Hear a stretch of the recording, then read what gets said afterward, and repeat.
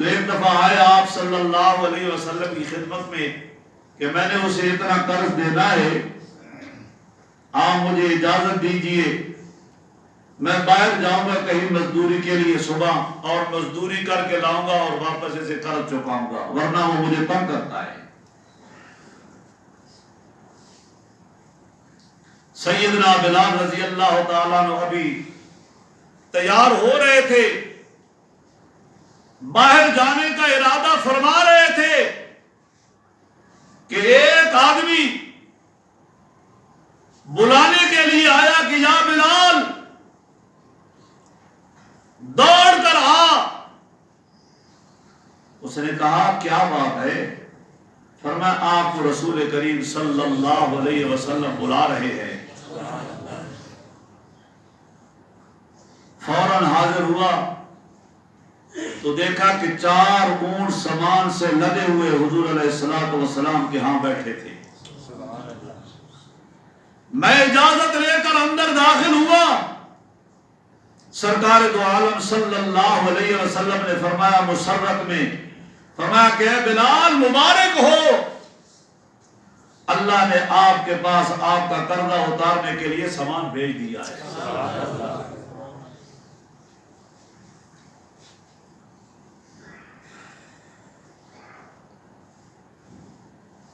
باقی ماندہ سامان غریبوں اور مسکینوں میں تقسیم کر دو۔ لیکن ایسی قرضہ دے دو، باقی غریبوں مسکینوں میں تقسیم کر دو۔ اس طرح سیدنا بلال رضی اللہ تعالیٰ عنہ نے بیت رسول کے انتظام کی ذمہ داریوں سے عہدہ برا ہوئے۔ بلال کا غم قدرت کو منظور نہیں تھا، بلال بیت رسول کا ملتزم تھا،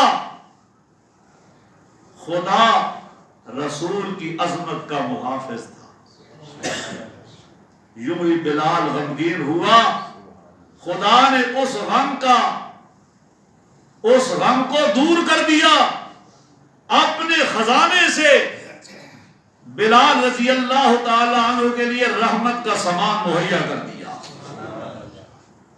بلال بیت رسول کا ملتزم، بلال بیت رسول کا خزانچی تھا، بلال بیت رسول کا امین تھا، بلال بیت رسول کا نگران تھا، بلال بیت رسول کا خادم تھا۔ رسول کی راحت بلال کی راحت تھی، رسول کی مسرت بلال کی مسرت تھی، کہ رسول کی خوشی بلال کی خوشی، بلال کی خوشی رسول کی خوشی۔ بلال رضی اللہ تعالیٰ عنہ رسول کے دکھ اور سکھ کے کیا تھے؟ ساتھی تھے۔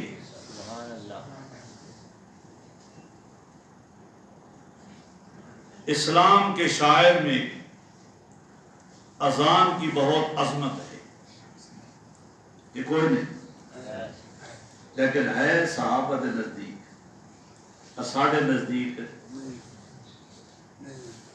حضرت تھانوی رحمۃ اللہ علیہ نے ایک حکایت لکھی بڑی عجیب تھی۔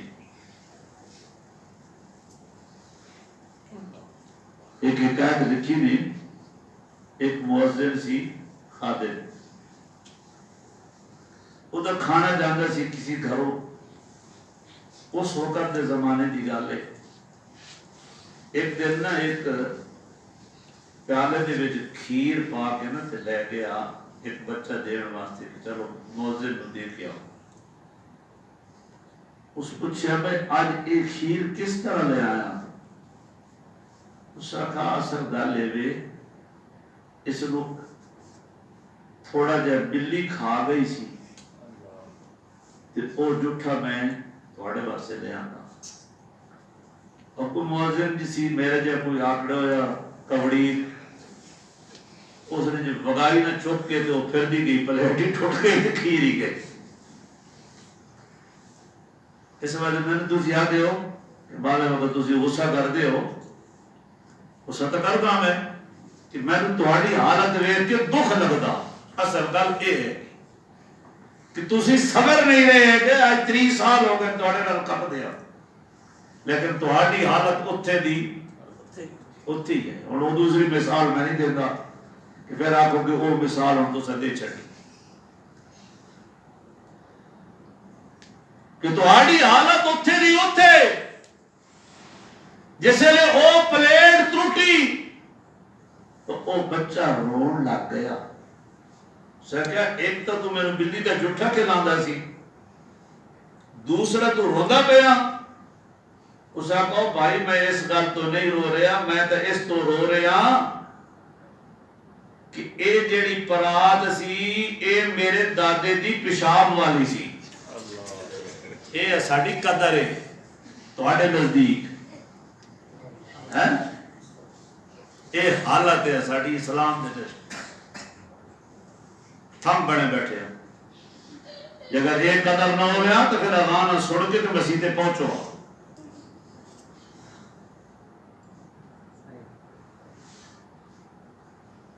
اسلام کے شعار میں اذان کی بہت بڑی عظمت ہے. اسلامی نشان کو زندہ تابندہ رکھنے کے لیے نگاہ نبوت نے جس مرد کامل کو منتخب فرمایا وہ سیدنا بلال رضی اللہ تعالی عنہ.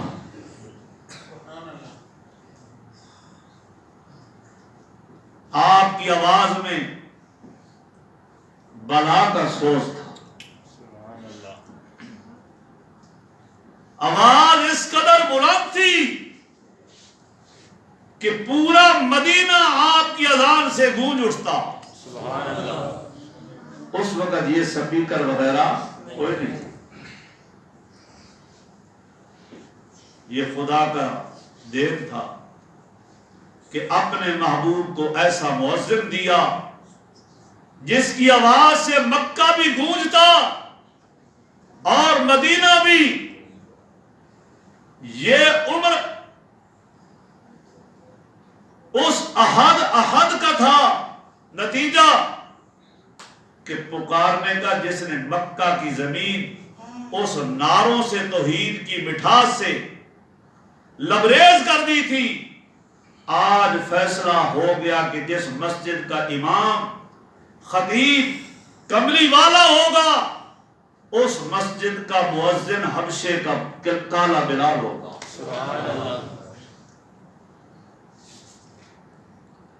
امام بھی بے نظیر، مؤذن بھی بے نظیر. امام تلاوت کرے تو پہاڑوں کے دل دہل جائیں، مؤذن اذان دے تو لالا زاروں کے دل دہل جائے.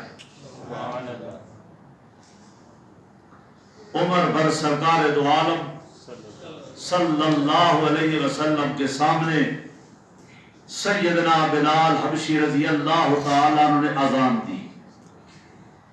ایک دن کسی نے کہہ دیا کہ بلال شین کی جگہ سین کہتا ہے، اشہادوں کی جگہ اسا. فرمایا کوئی اور دوسرا اذان کہہ دے.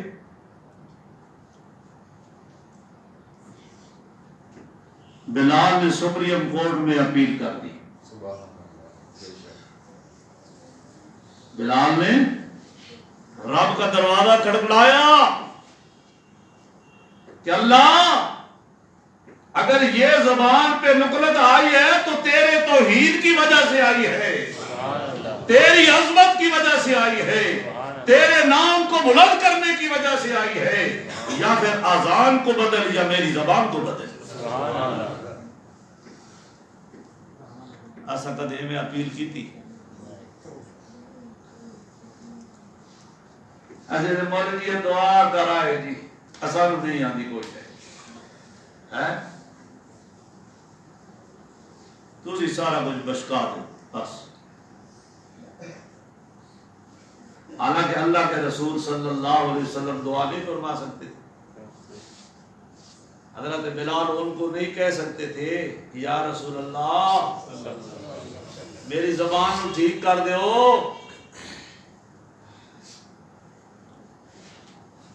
اسی پکار دیا لیکن انہاں بلال نے ایک گل نہیں کی تھی. بلال نے مسئلہ سمجھایا کہ اللہ کا رسول بھی محتاج ہے تو اس ذات کا محتاج ہے. میں بھی اسی کا محتاج وہ بھی اسی کا محتاج. میں بھی اسی سے مانگنے والا وہ بھی اسی سے مانگنے والا. فرمایا کوئی اور اذان دے دے. بلال نے سپریم کورٹ میں اپیل کی. اپیل کے لفظ بہت مختصر خدایا یا زبان بدل دے یا اذان بدل دے. آواز آتی ہے نہ زبان بدلوں گا نہ اذان بدلوں گا. سین سے اذان دینا تیرا کام اس کو قبول کرنا میرا کام. آیا مزہ کوئی نہیں. جس اذان کو نہ خدا نے بدلا نہ ہی بلال نے بدلا آج اس اذان کی ابتدا بھی بدل گئی انتہا بھی بدل گئی درمیان بھی بدل گیا.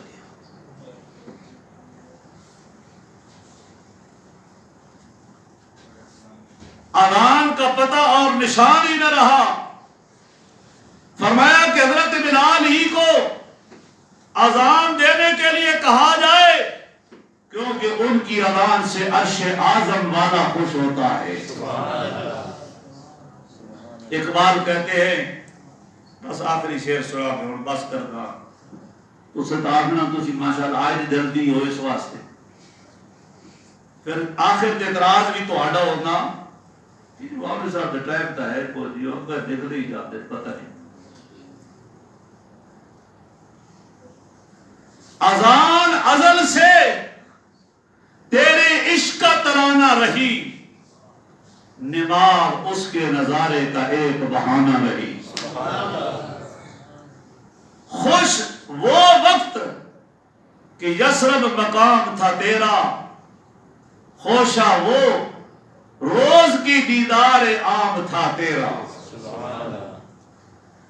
پھر اقبال بول اٹھا چمک اٹھا جو ستارہ تیرے مقدر کا. چمک اٹھا جو ستارہ تیرے مقدر کا. حبش سے تجھ کو اٹھا کر حجاز میں لایا منڈیوں میں بکھوایا. ہوئی ہے اس سے تیرے غم کدے کی آبادی. ہوئی ہے تیری اس غم کدے میں آبادی تیری غلامی پہ صدقے ہزار آزادی. وہ آستانہ نہ چھوٹا تجھ سے ایک دم کے لیے. کسی کے شوق میں تو نے مزے ستم کے سہے. کسی کے شوق میں مزے ستم کے تو نے سہے. جفا جو عشق میں ہوتی ہے وہ جفا ہی نہیں. ستم نہ ہو تو محبت میں کچھ مزہ ہی نہیں. اللہ